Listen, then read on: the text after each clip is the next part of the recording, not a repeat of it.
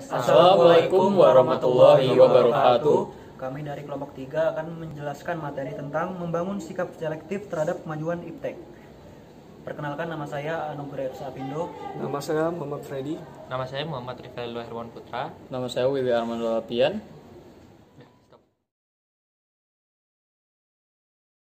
Sikap tanggung jawab dalam pengembangan IPTEK. Pengembangan dan pemanfaatan IPTEK di Indonesia tidak bebas nilai, tetapi harus memperhatikan lingkungan dan nilai soal masyarakat. Dengan demikian, pemanfaatan IPTEK dalam kegiatan pembangunan tidak akan merusak lingkungan hidup. Seseorang harus sadar bahwa IPTEK yang dipergunakan itu dapat dipertanggungjawabkan kebenarannya. Yang artinya, dalam menerapkan IPTEK tidak hanya untuk kepentingan pribadi, tetapi semata-mata demi kemaslahatan orang banyak. Sikap selektif dalam perkembangan IPTEK.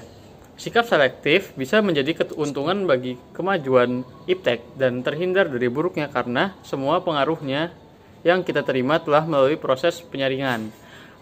Adapun alat penyaringnya adalah Pancasila.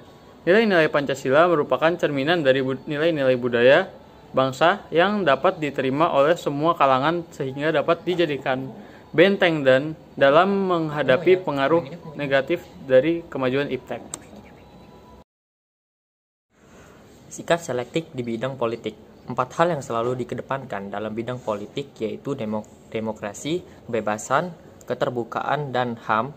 Indonesia apabila mengatur paham demokrasi Pancasila akan tercipta pemerintahan yang kuat, mandiri dan tahan uji serta mampu mengelola konflik. Kepentingan yang dapat menghancurkan persatuan dan kesatuan apabila bangsa Indonesia sebagai bangsa pluralitis yang diwujudkan dengan 1. Mengembangkan demokratisasi dalam segala bidang, 2. Mengaktifkan masyarakat sipil dalam arena politik, 3. Mengadakan reformasi lembaga-lembaga politik agar menjalankan fungsi dan perannya secara baik dan benar, 4. Memperkuat kepercayaan rakyat dengan cara menegakkan pemerintahan yang bersih dan berwibawa. Sikap selektif dalam bidang ekonomi. Sikap selektif terhadap dampak kemajuan IPTEK dapat dipertegas dengan meningkatkan daya saing Indonesia di dunia internasional, yaitu dengan meningkatkan SDM, misalnya pendidikan derajat kesehatan, kesejahteraannya, meningkatkan komoditas ekonomi yang jumlahnya serta harganya bersaing, perbaikan perangkat hukum yang mengabdi pada kepentingan nasional. Dalam hal ini, hukum yang dibuat harus melindungi kepentingan bangsa dan negara, bukan asing. Contoh peran dalam memperkuat kemandirian bangsa. Yang pertama yaitu sistem ekonomi dikembangkan untuk memperkuat produksi domestik.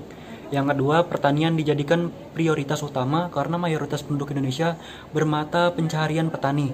Yang ketiga, industri haruslah menggunakan bahan baku dari dalam negeri. Yang keempat, diadakan perekonomian yang berorientasi pada kesejahteraan rakyat. Yang kelima, tidak bergantung pada badan multilateral seperti IMF, WTO, dan Bank Dunia. Yang keenam, memperkuat kerjasama dengan sesama negara berkembang untuk bersama-sama menghadapi kepentingan negara-negara maju. Sikap selektif terhadap IPTEK di bidang sosial budaya. Dalam sosial budaya, IPTEK telah membawa pengaruh dalam berperilaku seperti gaya hidup, gaya pakaian, dan ikatan hidup bermasyarakat. 3 hal tersebut cenderung memberikan pengaruh negatif. Oleh karena itu, kita harus membentengi diri dengan nilai Pancasila. Agar hal tersebut bisa bersifat menjadi positif, maka kita perlu mengusahakan perubahan dan nilai berikut. 1. Terbuka terhadap inovasi dan perubahan.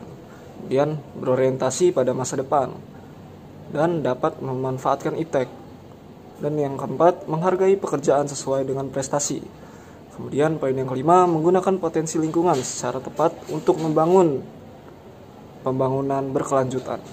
6. Menghargai dan menghormati hak asasi manusia atau HAM. Sekian penjelasan dari kelompok kami akhiri. Wassalamualaikum warahmatullahi wabarakatuh.